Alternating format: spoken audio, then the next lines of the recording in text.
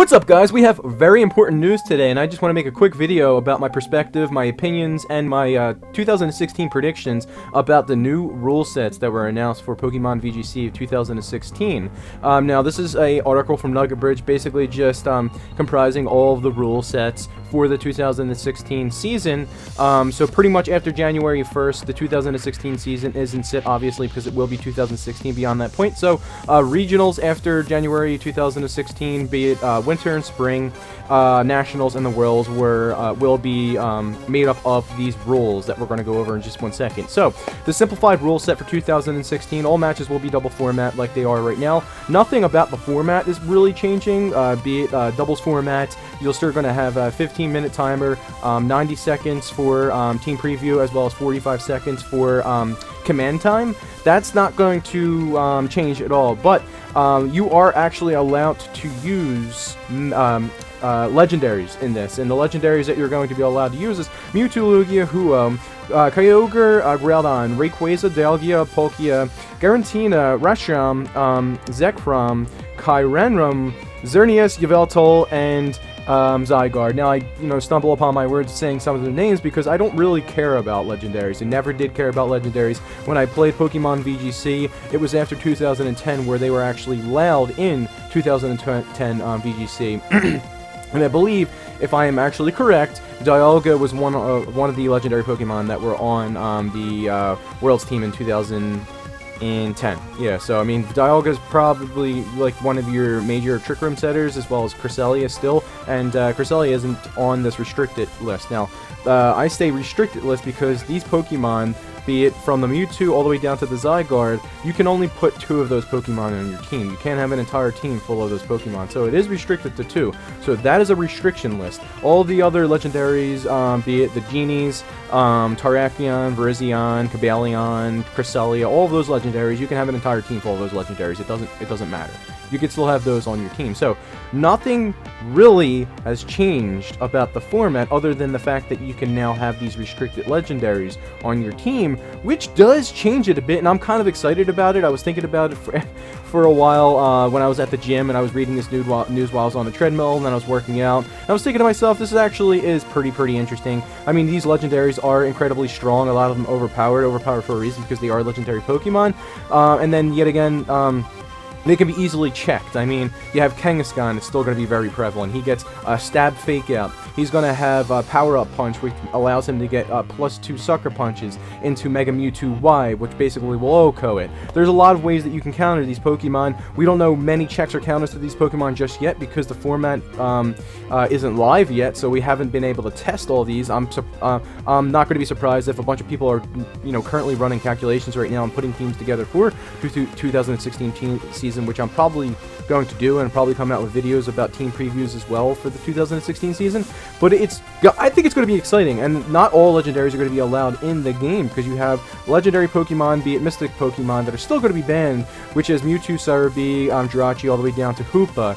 And I would like to use Diancie. I think Diancie is really cool, but we're not going to be able to use Diancie because Mega Diancie is pretty strong, and I don't understand why you can't use Mega Diancie. I think the Pokemon, legendary Pokemon that are on the restricted list are stronger than Diancie, but I didn't make the rules, and I think the rules that they did set for 2016 season are going to be interesting, but there are a few flaws in that, and I'll get to that in a second. Anyway, I'm sure you had already read the simplified rule set from Nugget Bridge. Let's go over to, not this page, a page by Pokemon company at Pokemon.com, basically just coming out with a bunch of different strategies you can do with these legendary Pokemon, which is really cool that they put together these certain strategies. They went through strategies all the way from Mewtwo all the way to Garantina, and they're going to be coming out with other strategies that for their website from Reshiram all the way down to Zygarde. And it just basically, states what they're going to be doing for the 2016 season. It compares speeds, where's Mega Mewtwo Y at with its speed? Its speed is on par with Electrode all the way down to Primal Groudon being at the speed where Lucario is.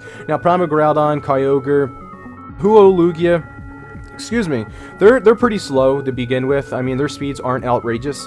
You can actually put them on a very viable Trick Room team, and I think Trick Room is actually going to be really popular in 2016, considering the fact that most of your Pokemon, be it like, you know, Mewtwo, what do you have? Mewtwo, Rayquaza, actually Lugia is pretty fast, Palkia is pretty fast. They're probably going to go for a faster mindset. If you see your Mega Rayquaza on the other team, you have to worry about what item it has, number one, because you don't have to have a Mega Stone on Rayquaza. The only thing it needs to know is Dragon Ascent. If it knows Dragon Ascent, it's automatically going to Mega Evolve. It does take a Mega up on your team, but it's extremely fast, and if you have a Mega Rayquaza on your team, it's going to be Mega Rayquaza centric, so it probably is going to be a very fast team. You can counter that easily with Trick Room.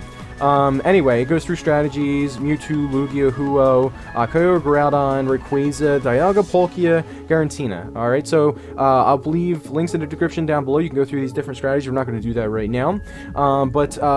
You know, you can also go on nuggetbridge.com to use calculations. Anyway, my predictions for 2016, I mean, I'm not going to be absolutely correct. I don't know what 2016 is going to hold, but I can kind of already imagine that you're going to have weather wars out the asshole.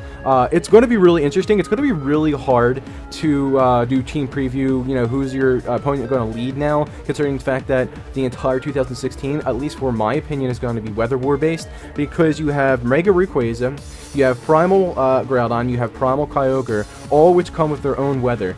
You have Mega Rayquaza, which comes with a Delta Stream. Delta Stream cannot be overridden by Drizzle, Sunny Day, none of the hail, none of the other weathers. You cannot override Delta Stream, Primordial Sea, whatever it's called, and what is it? The Desolate Land. Yeah, Desolate Land. All of those weathers cannot be overridden by other weathers other than a primal weather.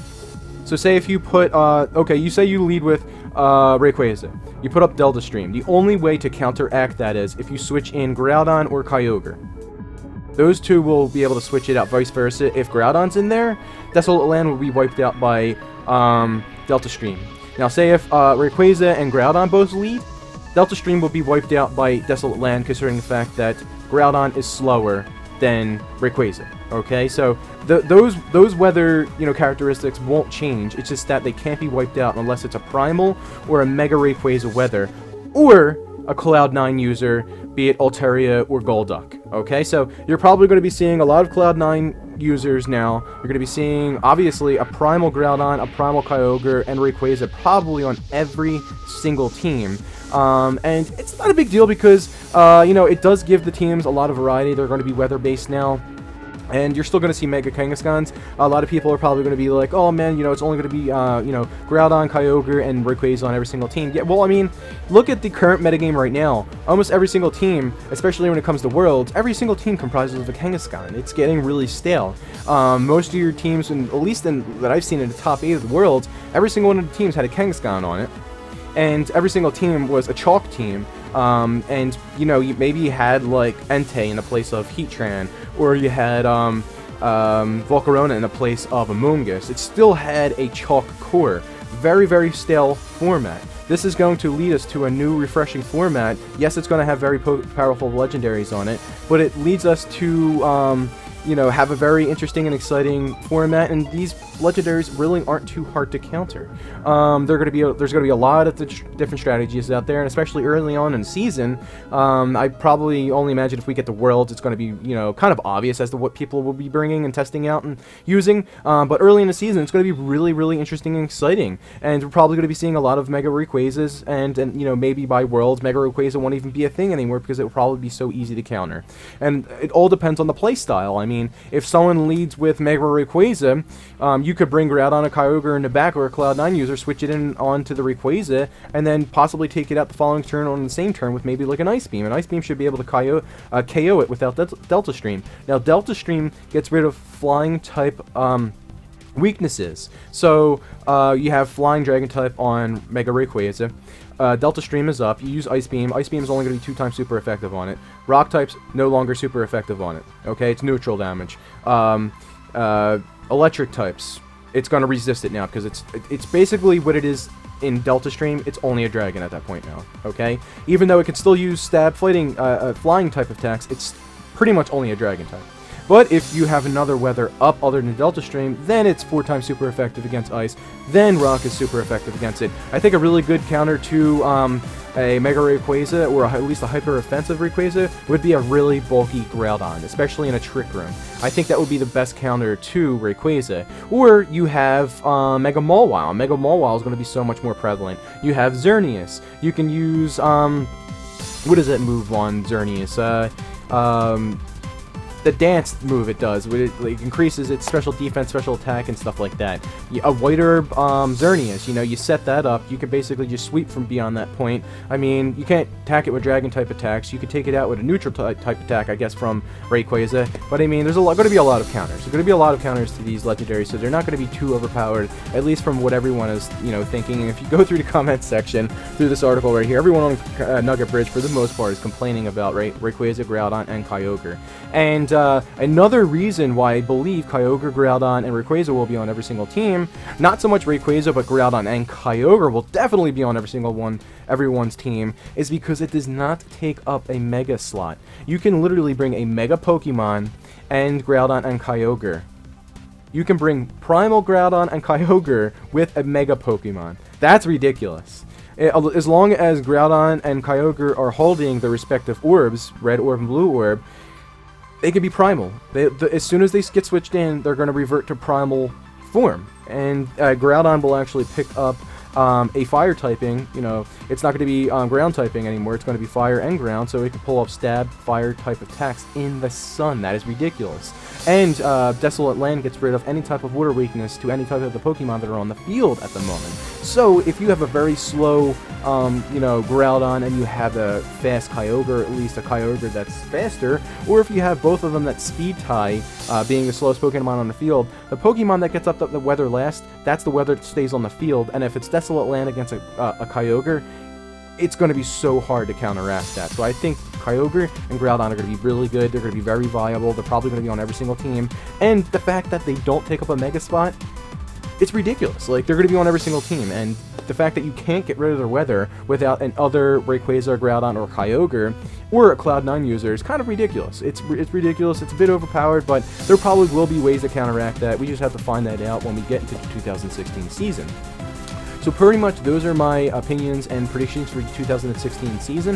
I think it's going to be really fun. It's going to allow us to have really a lot of different options. We're probably going to have, you know, sun-centric teams. We're going to have rain-centric teams, Mega Rayquaza with Delta Stream-centric teams. I mean, hell, you can probably bring a, you know, Charizard on your team, and that might Mega Evolve it, and now it's only 1 time super effective against rock types, and it can pull off stab damage with its, like, you know, heat waves against maybe ice-type Pokemon, which usually there aren't in the metagame, other than maybe, like, Mega Abomasnow, but then yet again, Hail can't override Delta Storm. So then you can just get off heat waves, and it's going to be really fun. I think it's going to be really fun. It's going to be really interesting. I really want to focus on the positives over the negatives for the 2016 season. I wasn't able to play competitive Pokemon VGC in 2010, so this is a new format to me. I've never used legendary Pokemon. Now with Primal, Megas, it's going to be really, really interesting. I really would like to use, you know, different Megas other than maybe like Mega Kangaskhan. I would really like to use Mega Mawile. I think Mega Mawile is really, really viable. So, you know, setting up Mega Mawile in like a Trick Room with like either Dialga or like Cresselia, and then you could have like Xerneas in the back. I mean, it's going to be really cool. I think it's going to be really great. It's going to be really fun, and there's going to be a lot of checks and counters to these very strong legendary Pokemon. But that's pretty much it for this video, guys. Just wanted to put a quick one out there, give you my opinions, and my predictions for 2016. Please leave your opinions and predictions for the 2016 down below and what you think about the new rule set. I think it's going to be fun, it's going to be interesting, it's going to be unique, it's going to have a lot more options for us to have these legendaries Pokemon on their team and whatnot. But yeah, that's going to be it for this video, and I can't wait, and I'll be coming out with probably like team previews, and like analysis videos for the 2016 team coming in a few weeks before 2016. Anyway, guys, I'll catch you guys later. Peace.